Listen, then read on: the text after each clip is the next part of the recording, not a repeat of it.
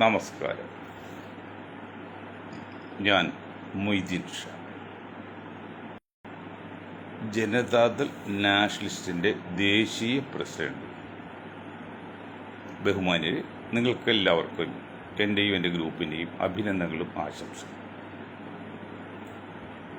ഹരിയാന കാശ്മീരിലെ തെരഞ്ഞെടുപ്പ് കഴിഞ്ഞു. കാശ്മീരിൽ ഇന്ത്യ സഖ്യത്തിനോ അല്ലെങ്കിൽ ഫറൂഖ് അബ്ദുള്ളയുടെ പാർട്ടിയോടെ കേവല ഭൂരിപക്ഷം കിട്ടി ഭരണം തുടങ്ങാൻ പോകുന്നു. ഹരിയാനയിലെ കാര്യമാണ്. ഒരു കാരണവശാലും ഹരിയാനയിൽ കോൺഗ്രസ്സിന് ഭരണം കിട്ടാതിരിക്കാനുള്ള കാരണമില്ല. അത്ര അനുകൂലമായ ഘടകങ്ങളായിരുന്നു. എന്നിട്ട് എന്തേ കോൺഗ്രസ് വിജയിക്കാതെ പോയി? ഒരു പ്രതീക്ഷയില്ലാത്ത BJPയോടെ കേവല ഭൂരിപക്ഷത്തോടെ വന്നു. ഇപ്പോൾ കോൺഗ്രസ് പറയുമ്പോൾ അത് വോട്ടിംഗ് മെഷീനിൽ അപാകതയാണെന്ന് പറയാം. അതിലൊരു ന്യായമുണ്ട്. പക്ഷേ വോട്ടിംഗ് മെഷീനിൽ അപാകതയാണ് എന്ന് പറഞ്ഞ് കുറേ നാളുകളായിട്ട് ഇന്ത്യയിൽ ഊഹാപോഹമുണ്ട്. ചില വ്യക്തികൾ കാര്യകാരണ സഹിതം തെളിയിച്ചിട്ടുണ്ട്. റിട്ടയർഡ് ചെയ്ത സുപ്രീം കോടതി ചീഫ് ജസ്റ്റിസിൻ്റെ നേതൃത്വത്തിൽ ജനലക്ഷങ്ങൾ പങ്കെടുത്ത ഒരു സമര റാലി ജന്തർ മന്ദറിൽ നടന്നു. അന്നൊന്നും ഇപ്പം ഈ കുറ്റം പറയുന്ന കോൺഗ്രസ് നേതാക്കൾ ഒരാൾ പോലും തിരിഞ്ഞു നോക്കിയില്ലെന്ന് മാത്രമല്ല, അത് അവോയ്ഡ് ചെയ്തു എന്നാണ് ഞാൻ മനസ്സിലാക്കുന്നത്. ബഹുമാന്യരെ, അങ്ങനെ തെറ്റുണ്ടായിരുന്നെങ്കിൽ ഇലക്ഷന് തുടങ്ങുന്നതിന് മുൻപ് തന്നെയല്ലേ തിരുത്തി അത് മാറ്റുമെന്ന് പറയുന്നത്. വ്യക്തമായിട്ടും രേഖാമൂലവും ഞാൻ പോലെ കഴിഞ്ഞ 50 വർഷമായിട്ട് കേരളത്തിലെ ഹൈക്കോടതിയെ ചുറ്റിപ്പറ്റിയുള്ള ചുറ്റിപ്പറ്റിയുള്ള ജീവിതമാണ് എൻ്റെ. ഒരുപടി നിയമജ്ഞന്മാരും നിയമ പണ്ഡിതന്മാരുമായിട്ടൊക്കെ ഇടപഴകി അറിവുണ്ട്, ജനറൽ നോളജ് ഉണ്ട്. ഞങ്ങൾ മനസ്സിലാക്കിയിട്ടുണ്ടെങ്കിൽ രേഖാമൂലം രജിസ്റ്റർ ചെയ്ത ഒരു രാഷ്ട്രീയ പാർട്ടിയെങ്കിലും ഇലക്ഷൻ കമ്മീഷനെ സമീപിച്ചാൽ ബാലറ്റ് പാർട്ടി വേണം അല്ലെങ്കിൽ വോട്ടിംഗ് മെഷീൻ വേണ്ട എന്ന് രേഖാമൂലം രജിസ്റ്റർ ചെയ്ത ഏതെങ്കിലും ഒരു പാർട്ടി അപേക്ഷ കൊടുത്തിട്ടുണ്ടെങ്കിൽ അത് ചിന്തിക്കണം, അത് മാറ്റണം എന്നുള്ളതാണ്. ഈ ഗവൺമെൻറ് അല്ലെങ്കിൽ ഈ കോൺഗ്രസ് അതിനെക്കുറിച്ച് ആത്മാർത്ഥമായിട്ട് എന്തുമാത്രം ആത്മാർത്ഥമായിട്ട് പ്രവർത്തിച്ചു. വോട്ടിംഗ് മെഷീൻ മാറ്റുന്നതിനെക്കുറിച്ച് കർണാടകയിൽ അവർ ജയിച്ചപ്പോൾ ആ വിഷയം വിട്ടുകളഞ്ഞു. മറ്റു ചില സംസ്ഥാനങ്ങൾക്ക് പാർലമെൻറ്റിൽ കുറച്ച് വോട്ട് കിട്ടിയപ്പോൾ അപ്പോഴും അതില്ല എന്ന അപാകതയുണ്ട്. ഇനി അതിന് പകരം പറയുന്നത് എന്താണ്? ബാലറ്റ് പേപ്പറാണ്. ബാലറ്റ് പേപ്പറും ഇതിനേക്കാൾ വലുതായിട്ട് തന്നെ അപാകത ഉണ്ട്. പണ്ട് പാകിസ്ഥാനിൽ വോട്ടും ഇവിടെ ഇന്ദിരാഗാന്ധി വരെയും കാണിച്ചു എന്ന് പറയുന്നത് അതെങ്ങനെന്നറിയുമോ? പ്രിന്റ് ചെയ്യുന്ന ദിവസം, വോട്ട് ചെയ്യുന്ന ദിവസം, വോട്ട് എണ്ണുന്ന ദിവസം, ഈ 3 ദിവസം ഗ്യാപ്പ് നോക്കിയിട്ട് വോട്ട് എണ്ണുന്ന ദിവസം തെളിയാൻ പറ്റുന്ന മഷിയിൽ അവർക്ക് ജയിക്കാൻ ആവശ്യമുള്ളത് പ്രിന്റ് ചെയ്യുമ്പോൾ തന്നെ സീൽ ചെയ്ത് പോകുന്ന പറഞ്ഞാൽ നിശബ്ദ ഒരു മഷിയുണ്ട്. ആ മഷി ആ കൃത്യ ഡേറ്റ് കഴിഞ്ഞാൽ മാത്രമേ തെളിയുള്ളൂ. വോട്ട് എണ്ണുന്നതിന് ഒരു 25 ദിവസം ഉണ്ടെന്ന് വിചാരിക്കുക. ആ 25 ദിവസം കഴിഞ്ഞ് വായുമായിട്ട് സമ്പർക്കം നടത്തുമ്പോൾ പിന്നെ പതിയുന്ന അല്ലെങ്കിൽ തെളിയുന്ന മഷിയുടേതാണ്. അങ്ങനെ നടത്തിയിട്ട് വോട്ട് നടത്തിയാണ് 90% സീറ്റ് വോട്ട് കിട്ടിയിട്ട് അവസാനം സമ്മതിച്ചില്ല. അതേ പിന്നീട് ജയിലിലേക്ക് ആയല്ലോ. ഇന്ദിരാഗാന്ധി അതെന്തോ ഒക്കെ ചെയ്യുന്നുള്ളൊരിതുണ്ട്. പക്ഷെ ഏതായാലും അതിലും അപാകതയുണ്ട്.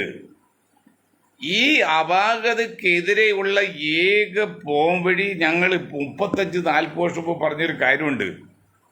അത് ഏകകക്ഷി ഭരണം ഇന്ത്യയിൽ നിന്ന് പോയി ഇനിയുള്ളത് ദ്വിമുന്നണി സമ്പ്രദായം. ഒന്ന് കോൺഗ്രസ് നയിക്കുന്ന ഒരു മുന്നണി, ഒന്ന് BJP നയിക്കുന്ന വേറെ മുന്നണി. ഈ 2 മുന്നണികളിലേക്ക് എല്ലാ രാഷ്ട്രീയ പാർട്ടികളും അവർക്ക് ഇഷ്ടപ്പെട്ട മുന്നണിയിലേക്ക് ഉൾക്കൊള്ളാം. അങ്ങനെ 2 മുന്നണിയായിട്ട് മത്സരിക്കാം. ഒരു മണ്ഡലത്തിൽ 2 സ്ഥാനാർത്ഥി മാത്രമേ ഉണ്ടാവൂ. അതിൽ ഒരു സ്ഥാനാർത്ഥി ആകെ ഉള്ള വോട്ടിൽ ഒരു 70% എങ്കിലും ചെയ്തിരിക്കണം. ആ 70% ചെയ്തിട്ട് അതിൽ 51% വോട്ട് കിട്ടിയ ആൾ മാത്രമേ ജയിച്ചായി പ്രഖ്യാപിക്കാവൂ. ഇത് ഞങ്ങൾ നൂറ്റാണ്ട് പറഞ്ഞ കാര്യങ്ങളാണ്. വോയിസ് ഓഫ് ജസ്റ്റിസിന്റെ രീതിയിലാണ് ഇപ്പോൾ ജനതാദൾ നാഷണലിസ്റ്റ് ആയി.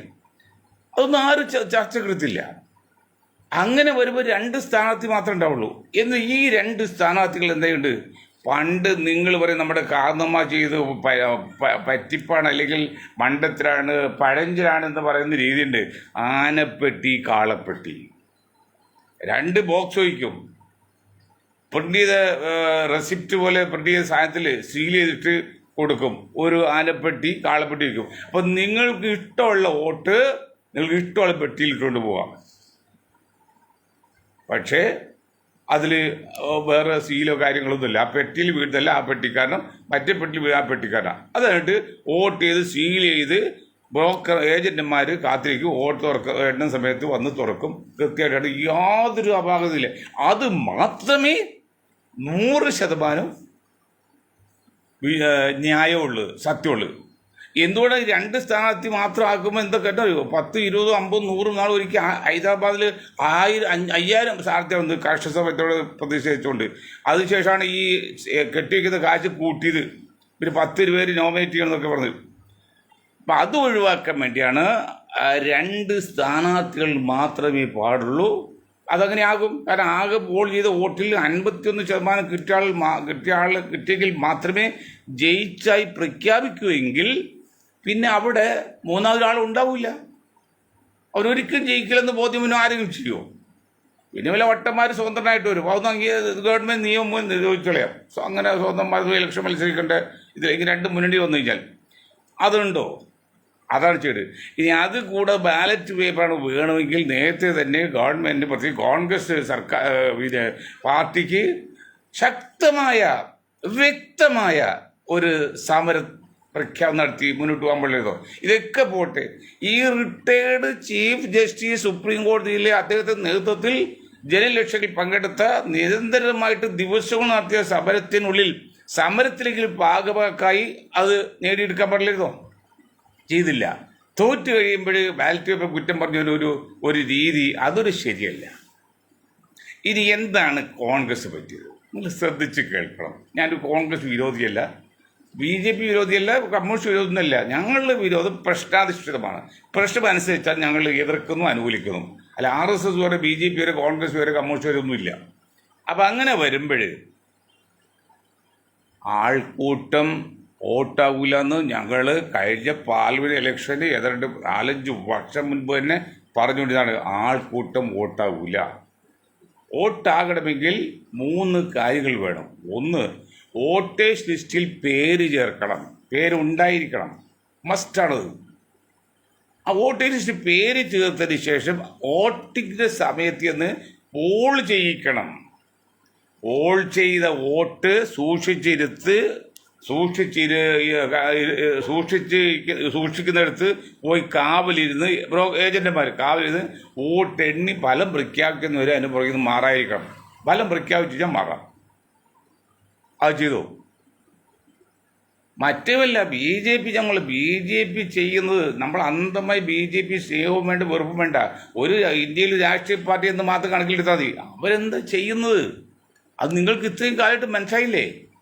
അവർ ചെയ്യുന്നത് വോട്ടേഴ്സ് ലിസ്റ്റിൽ ഒരു പേജിന് ഒരു ലീഡറെയും ആ ലീഡറെ സഹായിക്കാൻ 12 പേരെയും, മൊത്തം 13 പേര്. ഒരു വോട്ടേഴ്സ് ലിസ്റ്റിൽ കൂടി വന്ന 250 പേരാണ്. അപ്പോൾ 250 പേർക്ക് 13 പേരുടെ നിതാന്ത ജാഗ്രത. ഞങ്ങളുടെ ഫിലിക്സ് പുല്ലോടെ എഴുതിയ പുസ്തകത്തിൻ്റെ പേര് ജാഗ്രത കൂടെ നിതാന്ത ജാഗ്രത. കാരണം ജാഗ്രത വേറെ ഉണ്ട്. നിതാന്ത ജാഗ്രത കാണിക്കണം. അപ്പോൾ അവിടെ റീച്ചാണെങ്കിൽ അവരറിയും. കോൺഗ്രസിനോ ഈ പ്രിയങ്ക ഗാന്ധിയും രാഹുൽ ഗാന്ധി നിർത്തി ആനച്ചന്ത കാണിച്ച് ആൾക്കൂട്ടം ഉണ്ടാക്കാനല്ലാതെ വോട്ട് ചെയ്യണമെന്നോ ചെയ്യിക്കണമെന്നോ ആത്മാർത്ഥമായിട്ട് എല്ലാ ആഗ്രഹമുണ്ടോ? അറിയാവോ? എന്താണ് രാഷ്ട്രീയം, എങ്ങനെയാണ് ജയിക്കുന്നത്?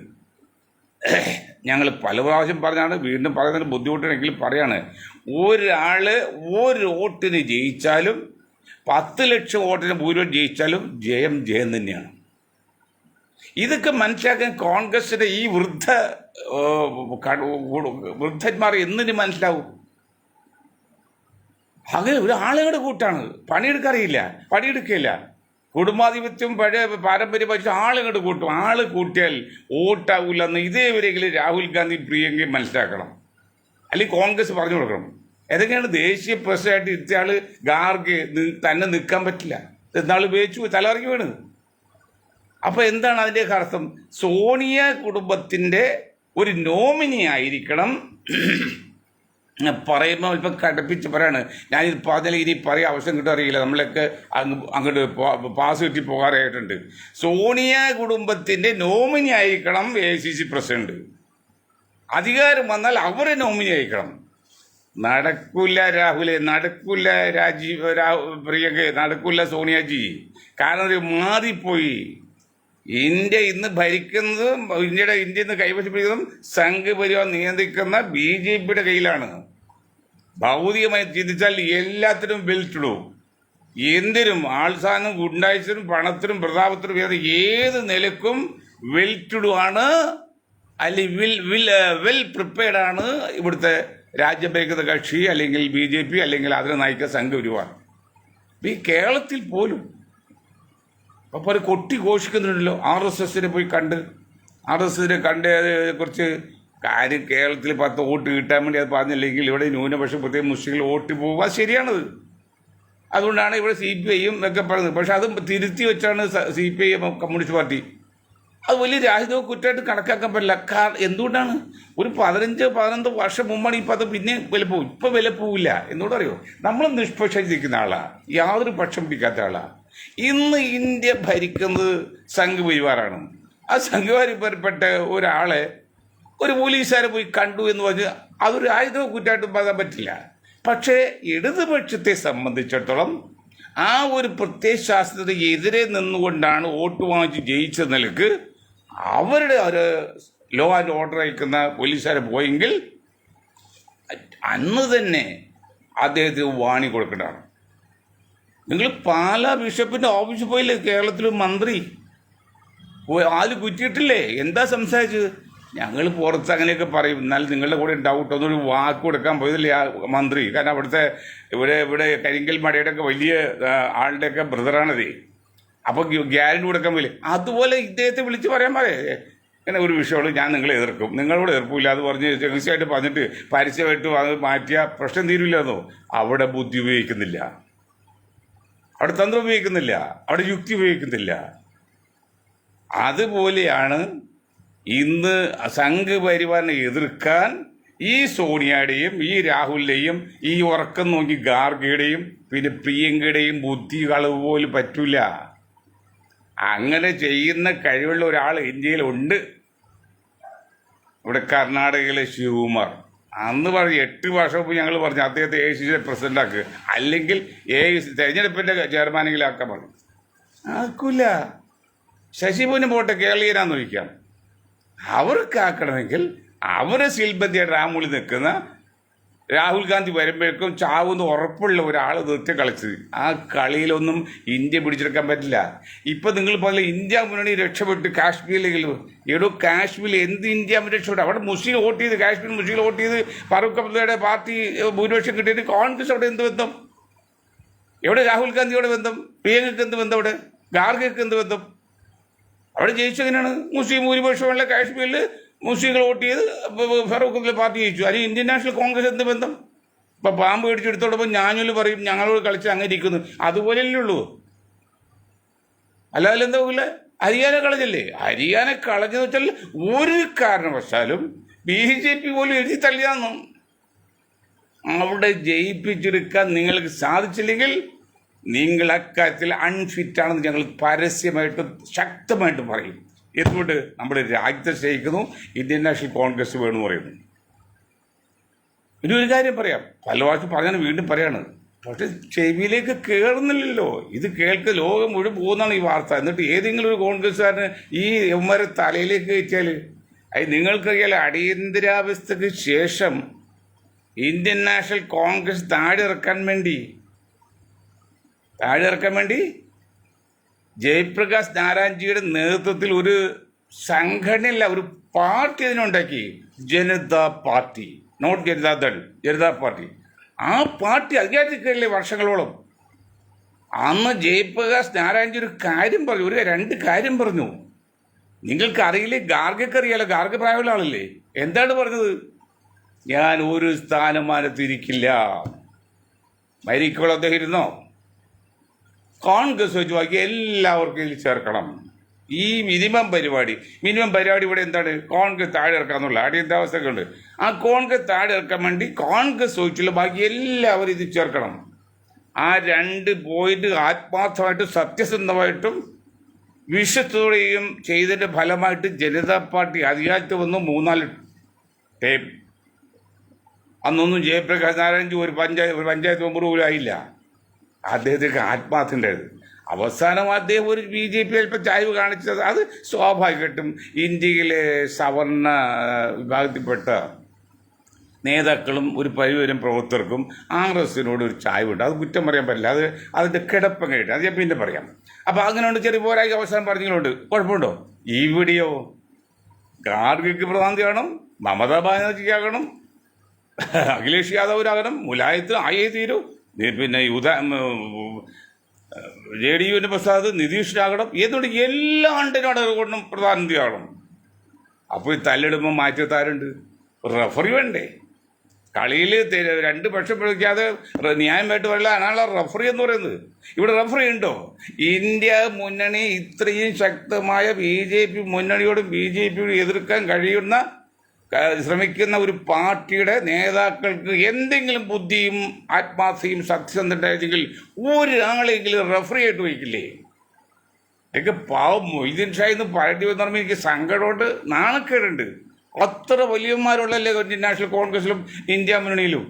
ഒരു റഫറി വേണ്ടേ?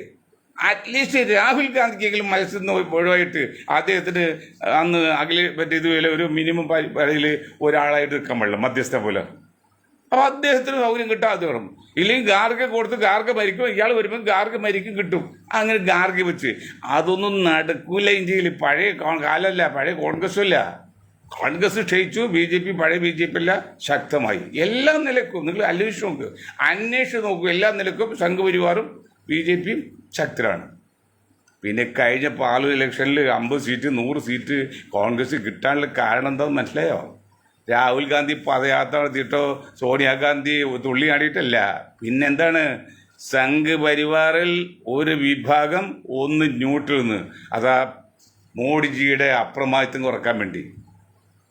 RSS ഒരു വ്യക്തിയിൽ അധിഷ്ഠമല്ല, അതൊരു പ്രസ്ഥാനത്തിലാണ് അധിഷ്ഠിതം. അപ്പോൾ പിന്നീട് പ്രസിഡന്റ്, നമ്മുടെ പ്രധാനമന്ത്രി പോലെ ഒരു വ്യക്തിയിൽ അധിഷ്ഠിതമാകാൻ സമ്മതിക്കില്ല അവർ. അതുകൊണ്ട് അവർ പതുക്കെ ന്യൂട്രൽ മാറി. തന്നെയുമല്ല, കണക്കുത് ഇത് ടേപ്പ് ചെയ്ത് പോകുന്നതാണ് നാളെ തന്നെയുമല്ല, 20% വരുന്ന 30 കോടിയോളം വരുന്ന മുസ്ലിങ്ങൾ, അവർക്ക് മുഴുവൻ വോട്ടവകാശമില്ല, പകുതിയല്ലേ വോട്ടുള്ളൂ. അത് 99% കോൺഗ്രസ് വോട്ട് ചെയ്തിട്ടാ. ഇത് രാഹുൽ ഗാന്ധിക്ക് മനസ്സിലാകണ്ടോ? പ്രിയങ്കയ്ക്ക് മനസ്സിലായോ? ഗാർഗയ്ക്ക് മനസ്സിലായോ? മനസ്സിലായി. ഏതെങ്കിലും കോൺഗ്രസ്സുകാർ 30 കോടിയോളം വരുന്ന മുസ്ലിങ്ങൾക്ക് എന്തെങ്കിലും മാന്യമായ ഒരു അംഗീകാരമോ സ്ഥാനമോ കൊടുത്തിട്ടുണ്ടോ ഈ നിമിഷം വരെ? ഉണ്ടോ? അയോധ്യയിൽ നിന്ന് ജയിച്ച ഞാനൊരു മതവിശ്വാസം, എനിക്ക് കൂടി ചില ആഗ്രഹങ്ങളൊക്കെ. അയോധ്യയിൽ നിന്ന് ജയിച്ച ദളിത് നേതാവ്, SP നേതാവിനെ 4ാം റോയിൽ നിന്നിട്ട് രാഹുൽ ഗാന്ധി പിടിച്ചു വലിച്ച് മടിക്കൊണ്ടിരുത്തിയില്ലേ? ആ രാഹുൽ ഒരു മുസ്ലിം നേതാവിനെ അടുത്ത് നിർത്തിയിട്ട് പോലും എവിടേക്കും നിർത്തി കണ്ടുണ്ടോ? ഏതെങ്കിലും ഹോട്ടലുകൾ കാണുന്നുണ്ടോ? കർണാടകയിൽ വന്ന് 3 പേര് കൈ കൊടുക്കാറില്ലല്ലോ. ഒരു മുസ്ലിങ്ങൾ നിർത്തിയിട്ടുണ്ടോ? ഹരിയാനയിൽ പോയി, ഹരിയാന മുസ്ലിം കുറവായിരിക്കുക. UPയിലൊക്കെ പോയി നിങ്ങൾ ഒരു മാന്യമായ ഒരു മുസ്ലിം നിങ്ങൾ കൊടുത്തിട്ടുണ്ടോ? കഴിവുള്ള നേതാവായിട്ട് പണ്ട് ഫാറൂഖ് കൊടുക്കും. ഫാറൂഖ് ആരാണ്? വേരില്ല. കാശ്മീർ തന്നെ അതൊരു ഒരു ഗ്രൂപ്പാണ്, വലിയ രാഷ്ട്രീയ പാർട്ടിയല്ലല്ലോ. അതുകൊണ്ട് പണ്ട് തൊപ്പി വെച്ചിരുന്നില്ലേ ഗുലാം നബി ആസാദിനെ? വേറെ ആരും വയ്ക്കുമോ? മുഹമ്മദ് ഒരു ഷെരീഫ് ഉണ്ടായിരുന്ന കർണാടകക്കാരൻ, അദ്ദേഹം നിങ്ങൾ തട്ടി പുറത്താക്കി. പിന്നെ ഒരാളുടെ UP നിന്ന് ഇസഡാർ അൻസാരി, പക്ക താത്വികൻ, അദ്ദേഹത്തെ നിങ്ങൾ പുറത്താക്കിയില്ലേ? വേണ്ട, ഒരു യൂത്ത് കോൺഗ്രസ് ഒരു മുസ്ലിമിനെ നിങ്ങൾ വച്ചിട്ട് 7 ദിവസത്തേക്ക് പെണ്ണ് കേസിപ്പെടുത്തി അയാളെ മാറ്റിയില്ലേ? ഇപ്പോൾ വരുന്നവർക്കൊന്നും കുഴപ്പമില്ലല്ലോ. ഇന്ത്യയിൽ 2 രാഷ്ട്രപതിമാർ കുളിമുറി വെച്ച് കാറ്റ് പിടിച്ച് മരിച്ചിട്ടുണ്ട്, ഫക്രുദ്ദീൻ അലി അഹമ്മദും സക്രി ഹുസൈനും. അതിനുശേഷം ഇതേവരെ ഒരു പ്രസിഡന്റ് മരിച്ചിട്ടുണ്ടോ? എങ്ങനെ മരിച്ചു? എന്തിനു മരിച്ചു? ഇതൊക്കെ ചിന്തിക്കേണ്ട കാര്യമാണ്. നമ്മൾ കോൺഗ്രസ് നശിക്കാൻ പാടില്ല തന്നെയാണ്. ഞാൻ ഇപ്പോൾ കേരളത്തിൽ CPM നശിക്കാൻ പാടുന്നതുപോലെ കോൺഗ്രസ് നശിക്കാൻ പാടില്ല. BJP വേണം, കോൺഗ്രസും വേണം, പക്ഷെ രണ്ടും തുല്യമായി നിൽക്കുക, അല്ലെങ്കിൽ അത് അപകടമാണ്. ഇത് അങ്ങനെയാണോ ചെയ്യുന്നത്? ഇനിയൊക്കെ പോട്ടെ, ജാതിക്കാട് രാഹുൽ ഗാന്ധി കളിച്ച് വേണ്ടത്ര പാർട്ടിയിൽ പ്രിപ്പയർ ചെയ്തതിന് ശേഷമാണോ, തയ്യാറെടുത്തതിന് ശേഷമാണോ ഈ നിയമം എടുക്കാൻ ശ്രമിച്ച് ഒരു പ്രഖ്യാപനമാണ് അങ്ങോട്ട്. അത് തന്നെ അപ്പോൾ തന്നെ സവർണരുള്ള കോൺഗ്രസ്സിൽ സവർണർ ഉള്ളാൽ കാലുവായിരുന്നുണ്ട്. അത് നിയന്ത്രിക്കാൻ രാഹുലിന് കഴിവുണ്ടോ? സാധിക്കുമോ? പ്രിയങ്കയ്ക്ക് സാധിക്കുമോ? നിങ്ങൾ വരും, വയനാട്ടിൽ വരും, വയനാട്ടിൽ ജയിക്കുക, കുറ്റിച്ചൊല്ലുന്നാലും അവിടെ മുസ്ലിം വോട്ടാണ്, ജയിക്കും. വേറെ സ്ഥലത്തേക്കാണെങ്കിൽ പാടുപെടണം. ഇപ്പോഴും വയനാട് ജയിക്കാൻ നിങ്ങൾ ശ്രമിക്കുന്നത് അത് നിങ്ങളുടെ നാശത്തിൻ്റെ ആദ്യമല്ലേ? രാഹുൽ ഗാന്ധി ഒന്ന് വയനാട് മത്സരിച്ചല്ലേ, അതിലെ ഏറ്റവും കഴിഞ്ഞ പ്രാവശ്യം 100 സീറ്റോട് പോയത്. ഇതൊക്കെ മനസ്സിലാക്കുക. കോൺഗ്രസ് എന്തിനു മനസ്സിലാക്കുന്നത്? നിങ്ങൾ അന്ധമായിട്ട് മാർക്സിസ്റ്റ് വിരോധം കാണിച്ച്, അല്ലെങ്കിൽ അന്ധമായിട്ട് RS വിരോധം കാണിച്ച്, അതൊന്നും അല്ല രാഷ്ട്രീയം. രാഷ്ട്രീയം എന്ന് പറഞ്ഞാൽ അത് രാഷ്ട്രത്തെ ബാധിക്കുന്ന കാര്യമായിരിക്കണം. രാഷ്ട്രം എന്ന് പറഞ്ഞാൽ ജനങ്ങളാണ്, ജനങ്ങളെ ബാധിക്കുന്ന കാര്യമായിരിക്കണം. ആ ജനങ്ങൾക്ക് വേണ്ടി നിൽക്കണം. നിങ്ങളവിടെ ഹരിയാനയിൽ കർഷകരെയും ജാട്ടുകളെയും അന്വേഷിച്ചപ്പോഴേ അവിടെ പ്രബല വിഭാഗം ഉണ്ടായിരുന്ന ദളിതുകൾ, അവരെ നിങ്ങൾ മറന്നുപോയില്ലേ? മുസ്ലിം കാര്യമായിട്ടില്ല നിൽക്കുക. ഇതെല്ലാവരും നോക്കണ്ടേ? എന്താണ് BJP എന്ന്? BJP ചെയ്യുന്നത് ഒരു മണ്ഡലത്തിൽ എത്ര വോട്ടിൻ്റെ പോരായ്മയുണ്ട്, എത്ര വോട്ട് വേണം, ഒരു 2000 വോട്ട് വേണം, അതെങ്ങനെ വാങ്ങിക്കാം? ആ 2000 വോട്ട് വേണമെങ്കിൽ 2100 2100 വാങ്ങിക്കുള്ളൂ, അല്ല 5000 10,000 ലക്ഷം വാങ്ങിക്കില്ല. അതിൻ്റെ ആവശ്യമുള്ളൂ. കാരണം ഒരു വോട്ട് ജയിച്ചാൽ ജയം തന്നെയാണ്. മനസ്സിലായില്ലേ? അതെന്താ ഈ കോൺഗ്രസ് മനസ്സിലാക്കുന്നത്? എന്തിനു മനസ്സിലാകുന്നത്? ഹരിയാന കളഞ്ഞല്ലേ? എന്ത് ന്യായം പറയാനുണ്ട്? ഹരിയാന കളി രാഹുലും പ്രിയങ്കയും കൂടി കളിച്ച് നിങ്ങൾ മധ്യപ്രദേശ് കളഞ്ഞല്ലേ, രാജസ്ഥാൻ കളഞ്ഞില്ലേ? അവിടെ നിങ്ങളുടെ കളി തെറ്റായിപ്പോയി. ആ കളിയല്ലേ ഹരിയാനയിൽ കാണിച്ചത്? കാരണം അവിടെ സവർണ തമ്പർ വിമാനം കാലുവാരി. BJP സംബന്ധിച്ച് എന്ത് നിലനിൽക്കും വലിക്കുക അത് തന്നെയല്ല. ആം ആദ്മി പാർട്ടി സഖ്യം കളഞ്ഞില്ലേ? ആം ആദ്മി പാർട്ടിയും ജാമ്യം കൊടുത്ത ചില വ്യവസ്ഥ തന്നെ പക്ഷേ BJP തമ്മിൽ അണ്ടർസ്റ്റാൻഡിംഗ് ആണെന്ന് പറഞ്ഞാൽ വിശ്വസിക്കാൻ പറ്റുമോ? അവർ ഒറ്റ വോട്ടും ആം ആദ്മി കിട്ടിയിട്ടില്ല. വോട്ട് മുഴുവൻ BJP കൊടുത്ത്. അവർ ഒരു സീറ്റിൽ അവർ ജയിക്കാതെ അവിടെ നിന്നത്. കോൺഗ്രസ് തോൽപ്പിയോ BJPക്ക് അധികാരത്തിൽ വരാം. അത് നിങ്ങൾ കാണാതെ പോയി. അപ്പോൾ അവിടെ നിങ്ങളുടെ ഏതോ വിഡ്ഢി ലോക്കൽ നേതാക്കൾ പറഞ്ഞ് ഇവിടെ ആരും സപ്പോർട്ടുണ്ട്. പണ്ട് മധ്യപ്രദേശിൽ പറഞ്ഞത് തന്നെയാണ്, രാജസ്ഥാനിൽ പറഞ്ഞാണ്. ഇനി ആരുടെ സപ്പോർട്ടാണ്? ഞങ്ങളുടെ 100% ഉറപ്പാണ് 10-80% സീറ്റ് കിട്ടുമെന്ന്. അങ്ങനെ അങ്ങനെയാണ് എൻ്റെ റിപ്പോർട്ട്, എൻ്റെ ടെസ്റ്റ് ചെയ്ത പാർട്ടിയില്ലേ സാമ്പിൾ നടത്തിയവർ അവരും പറഞ്ഞു. പക്ഷെ അവസാനം ഇപ്പം എന്ത് ചെയ്യും? വോട്ടിൽ അപാകത ഉണ്ടോ ഇല്ലയെന്ന് ഞാൻ പറയുന്നില്ല, ഉണ്ടായിരിക്കാം, ഞാൻ എതിർക്കുന്നില്ല. അത് ഉണ്ടെങ്കിൽ നിങ്ങൾ ചെയ്യേണ്ടത് ആദ്യമേ ചെയ്യണം, അല്ല വോട്ട് ചെയ്ത് എണ്ണിക്കഴിച്ച ശേഷമല്ല. ഇവിടെ ആലുവയിൽ ഞങ്ങൾ അറിയുന്നൊരു കുടുംബം, മാനാടത്ത് കുടുംബം അവിടെ വലിയ പണക്കാരാണ്. പണ്ട് വളരെ താഴെയാണ്, പിന്നെ പണക്കാരായി. അവിടെ കുറച്ച് ബിസിനസ്സുകാരുണ്ട്. അപ്പോൾ അവരൊക്കെ എന്ത് തറക്കിൽ അടിയൊക്കെ ഉണ്ടാകാനില്ല. അവർ പറയും തല്ല് കൊണ്ടിട്ട് ഇങ്ങോട്ട് കയറി വരരുത്, തല്ല് കൊടുത്തിട്ട് വന്നാൽ ഞങ്ങൾ നോക്കിക്കോളാം. തല്ല് കൊണ്ട് അടക്കാൻ പറ്റില്ല. ഞാൻ ശ്രദ്ധിച്ച് കേൾക്കണം. തല്ല് കൊണ്ട് ഇങ്ങോട്ട് കയറി വരരുത്, ഞങ്ങൾക്ക് നാണക്കേടാണ്. നിങ്ങൾ തല്ലിക്ക് അങ്ങോട്ട് പോയി തല്ലിക്ക് വന്നോ, നമ്മൾ സംരക്ഷിച്ചോളാം എന്ന് പറഞ്ഞാൽ വോട്ട് ചെയ്ത് എണ്ണമ്മ തോറ്റ് കഴിഞ്ഞിട്ട് പിന്നെ കേസ് കണക്ക് കുറ്റം പറഞ്ഞിട്ട് കാര്യമില്ല. ബുദ്ധി രാക്ഷസന്മാരെ, മണ്ട ശിരോമണികളെ. ഒരു വലിയ ബുദ്ധി രാക്ഷസൻ എപ്പോഴും പറയാനുള്ള ഇലക്ഷൻ തട്ടിപ്പെടും. എന്നിട്ട് എത്ര ഇലക്ഷൻ കഴിച്ചു? അതിന് നിങ്ങൾ എന്തെങ്കിലും ചെയ്തോ? ഞാൻ വീണ്ടും ഒരു വാക്ക് പറഞ്ഞത്, രജിസ്റ്റർ ചെയ്ത ഒരു രാഷ്ട്രീയ പാർട്ടിയെങ്കിലും രേഖാമൂലം ഇലക്ഷൻ കമ്മീഷൻ സമീപിച്ചാൽ ആ ഇലക്ഷൻ സമ്പ്രദായം മാറ്റാം. ബാലറ്റ് പേപ്പർ എന്നല്ലേ പറഞ്ഞത്, അല്ലെങ്കിൽ EM എന്നല്ല, EVM എന്നല്ല, ഏത് സമ്പ്രദായമാണെങ്കിലും. ഇല്ലെങ്കിൽ സുപ്രീം കോടതി പോയി നേടിയെടുക്കാം. ഇത് നിങ്ങൾ ചെയ്തോ? ചെയ്തില്ല. അതുകൊണ്ട് സമയം വൈകിയിരിക്കുകയാണ്. കേരളത്തിലേക്ക് വരാനൊന്നും സമയമില്ല. അതൊക്കെ നമുക്ക് കഴിയുമെങ്കിൽ നാളെ പറയാം. ഇത് ഞാൻ ഇത്രയും കാര്യം പറഞ്ഞ് കോൺഗ്രസ് കുറച്ചുകൂടി പാഠം പഠിക്കണം. മാത്രമല്ല സോണിയ കുടുംബത്തിന് അല്ലെങ്കിൽ കത്തോലിക്ക കുടുംബത്തിന് മക്കൾ വരുമ്പോൾ അവിടെ അധികാരം കിട്ടാൻ വേണ്ടി ഏതൊരു വയസ്സിനെ ആക്കുന്ന രീതിയൊന്നും ഇന്ത്യയിൽ ഇനി പോവില്ല. ആ നോമിന് അങ്ങനെ മൻമോഹൻ സിംഗിനെ ഇരുത്തിയില്ലേ? അന്ന് മറ്റേ രാഷ്ട്രപതിയെ വെച്ച് മൻമോഹൻ സിംഗിനെ പ്രസിഡന്റ് ആക്കിയതെങ്കിൽ കോൺഗ്രസ് ഇന്നും ഭരിച്ചേനെ. അപ്പോൾ എന്താണ്, എൻ്റെ മോൻ വരുമ്പോൾ തടസ്സം വരാൻ പാടില്ല. അതുകൊണ്ട് മൻമോഹൻ സിംഗ് 2 ടേം എത്തി നശിപ്പിച്ചു കളഞ്ഞു. അദ്ദേഹം പാവാണ്, അദ്ദേഹം ഒന്നും ചെയ്തില്ല. പക്ഷെ പോരല്ലോ, നശിപ്പിച്ചെങ്കിൽ അദ്ദേഹം കൂടി ഉത്തരവാദിയാവില്ലേ? അല്ല, പ്രധാനമന്ത്രിയുടെ കഴിവുന്നുണ്ട്. നശിപ്പിച്ചു കളഞ്ഞില്ലേ? ഇത്ര ബുദ്ധിരാക്ഷസ മൻമോഹൻ സിംഗിന് എന്താ ശ്രദ്ധിക്കാതെ പോയത്? എല്ലാം തികഞ്ഞ ആളാന്ന് പറയുന്നുണ്ട്. മൻമോഹൻ സിംഗ് ദൈവമാണെന്ന് പറയുന്നത് ചിലർക്ക്. എന്താ വെച്ചാൽ എനിക്ക് ഇത്രയും അഴിമതി വന്നപ്പോൾ അന്വേഷിക്കട്ടെ? പാവയായിട്ട് ഇരുന്നില്ലേ? BJPയിലേക്ക് ഭരണം കൊടുത്തില്ലേ? അപ്പോൾ ഈ സോണിയ കുടുംബത്തിന് വേണ്ടി, സോണിയ എന്ന കത്തോലിക്ക കുടുംബത്തിന് വേണ്ടി മൻമോഹൻ സിംഗിനെ ഇരുത്തി ഇപ്പോഴത്തെ ഒരു കാർന്നവരെ മുൻപിൽ നിർത്തിയേക്കാണ്. കാർന്നവർക്ക് ആകെ അവശനായി കിടപ്പിലായിരിക്കുകയാണ്. അതൊന്നും അല്ല രാഹുലെ, പ്രിയങ്ക, നിങ്ങൾ രാജ്യസ്നേഹികളാണെങ്കിൽ, രാജ്യത്തോട് സ്നേഹം കാണിക്കുന്നുണ്ടെങ്കിൽ, പാർട്ടി നിലനിൽക്കുന്ന ആഗ്രഹമുണ്ടെങ്കിൽ നിങ്ങളുടെ കുടുംബകാര്യം നോക്കാതെ പാർട്ടിക്കാര്യം നോക്കുക, രാജ്യക്കാര്യം നോക്കുക. എങ്കിൽ മാത്രമാണ് ശുഭം എന്ന് പറഞ്ഞുകൊണ്ട് ഞാൻ എൻ്റെ വാക്കുകൾ നിർത്താണ്. നിൽക്കുക. നന്ദി. ജയ് ഹിന്ദ്.